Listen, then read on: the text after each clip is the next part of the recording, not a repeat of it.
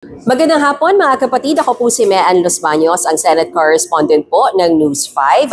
At update po muna tayo mula dito sa Senado sa gitna nga po ng issue ng di umano'y illegal na droga sa loob ng Senado matapos ng ma-report yung di umano'y 2 beses na nangamoy marijuana sa loob ng CR na pambabae sa Extension Office ng mga senador. Nagpa-drug test na po ang ilan sa mga senador at kanilang mga staff. Pinangunahan po yan ni Senator Mig Zubiri at 35 niyang staff. Ayon sa senador, bagamat hindi naman sila yung tinuturo sa report na yan, mas mainam daw na lead by example sila. Sakaling may magpositibo sa kanyang staff ay suspendido daw agad yan at kailangang sumailalim sa rehabilitation bago makabalik sa kanyang opisina. Samantala, si Senator Raffy Tulfo naman, bukas na bukas din daw, sasalang sa drug testing kasama rin yung kanyang buong staff.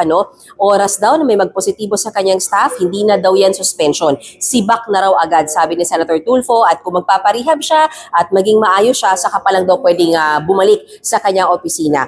At yung iniuugnay naman o yung napangalanan kasi sa incident report, bagamat nauna nang dininay ni Ms. Nadia Montenegro na may kinalaman siya dyan sa nangangamoy marijuana, nag-resign na rin siya ngayon mula sa opisina ni Senator Padilla. Pero hindi raw ito nangangahulugan na umaamin siya o guilty siya. Mariin niyang itinanggi na siya yung itinuturong sinasabi na involved dyan sa marijuana na yan. At ang sinasabi niya, matindi ang naging epekto nito sa kanyang pamilya at sa kanyang mga anak. Mas mainam daw na siya magbitiw na lang para na rin sa kanyang mental health. So mga kapatid, yan ang latest mula dito sa Senado at magbabalik po ako para sa update.